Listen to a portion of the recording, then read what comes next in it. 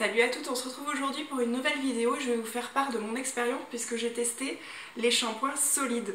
Donc en l'occurrence celui-ci vient de chez Lush, donc voilà comment ça se présente. Donc je vous cache pas que quand j'ai eu l'opportunité de... Enfin quand Lush m'a offert le shampoing, je me suis dit je l'utiliserai jamais, ça fait plusieurs mois qu'il est sur le bord de ma douche.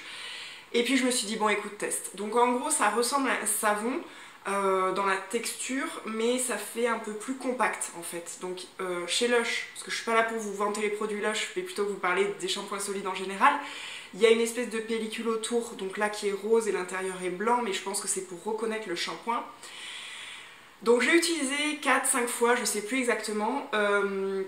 Je dois avouer que j'ai été agréablement surprise parce que ça mousse énormément. Moi j'avais peur que ça mousse pas beaucoup. Ça mousse énormément, alors pas autant qu'un shampoing liquide sur lequel vous allez venir émulsionner, puisque là en fait vous allez venir émulsionner mais au bout d'un moment ça va quand même enlever, hein, donc plus vous mettez d'eau plus ça en enlève.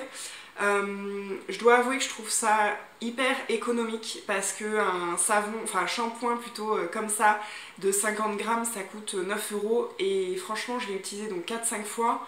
Je fais toujours 2 shampoings entre guillemets, il n'a pas bougé et je pense que ça dure énormément de temps. C'est hyper écologique forcément puisqu'il n'y a pas de plastique, pas d'emballage, et si vous avez une petite salle de bain ou un tout petit rebord c'est pas mal parce que ça prend pas de place. Il existe aussi des après-shampoings hein, solides de toute façon. Moi je vais juste vous parler de celui-là parce que le problème c'est que je crois que c'était une édition limitée de Noël, donc je me rappelle plus le nom. Et je me rappelle plus les propriétés en fait, c'est ça le souci, mais moi je l'ai trouvé un petit peu trop desséchant pour moi, donc bon déjà il fallait utiliser un après-shampoing, ça c'est obligatoire, mais je l'ai trouvé un petit peu desséchant. Ceci étant, je reconnais que pour voilà, les personnes qui ont un besoin de gain de place dans leur salle de bain, qui sont à fond écolo ou en déplacement, je trouve que c'est pas mal et moi je pense que je vais le garder pour mes vacances parce que en fait vous le faites sécher. Chez Lush ils vendent même des boîtes pour le mettre dedans, une boîte hermétique, mais après une boîte métal classique ça ira très bien. Et vous pouvez repartir avec et ça prend beaucoup moins de place parce que à la fin en gros vous pouvez le jeter.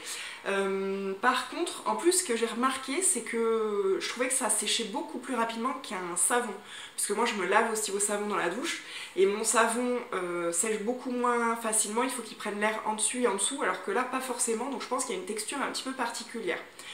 Ensuite ce que je voulais vous dire c'est de faire quand même attention à la composition parce que ça se vend beaucoup en magasin bio parce que justement c'est très écolo, à la mode, etc.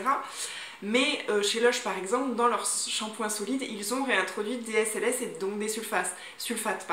Donc faites attention quand même si vous cherchez à avoir des shampoings un peu plus green. Le shampoing solide n'est pas forcément la réponse, on va dire, il faut faire attention comme pour tous les shampoings. C'est vrai que moi j'utilise depuis plusieurs mois maintenant des shampoings sans silicone, sans phthalate, sans tout ça, donc je voudrais pas revenir à quelque chose comme ça, mais je vous dis l'expérience n'était pas si mauvaise, j'ai juste un gros bémol, et encore je suis pas trop concernée, je pense que pour les personnes qui ont les cheveux longs, je pense que ça peut être une source de nœuds, mais énorme. Énorme. Moi personnellement je n'ai pas beaucoup de nœuds et j'utilise un après-shampoing donc c'est quand même un petit peu démêlant, mais je pense que si vous avez les cheveux très longs il faut peut-être les brosser dans la douche parce que comme vous frottez le cuir chevelu, je pense que ça emmêle quand même beaucoup. Après vous pouvez frotter bien évidemment sur vos longueurs. Je vous dis ça mousse quand même pas mal, pas aussi bien entre guillemets qu'un shampoing traditionnel, mais j'ai été agréablement surprise. Celui-ci je le trouve trop desséchant pour moi, alors peut-être qu'il était purifiant c'est pour ça, mais d'un autre côté c'est parce que vraiment on nettoie le crâne, on a vraiment le shampoing qui est en contact avec le crâne, alors peut-être que ça a une action beaucoup plus purifiante en temps normal. Il faudrait que je teste un shampoing solide hydratant par exemple pour voir un petit peu ce que ça donne, mais voilà, en gros. Donc c'était mon retour sur les shampoings solides. Si vous aussi vous avez testé, n'hésitez pas à me le dire en barre d'infos. J'espère que ça vous aura plu. Je vous dis à bientôt pour une prochaine vidéo. Bye bye!